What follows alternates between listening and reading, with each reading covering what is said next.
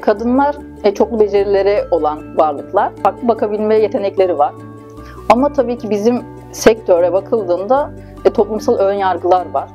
Bu önyargılardan kaynaklanan dezavantajları ben de yaşadım. Şu an mezun olan, okuyan ve bizden çok daha büyük olan meslektaşlarımız da yaşıyor.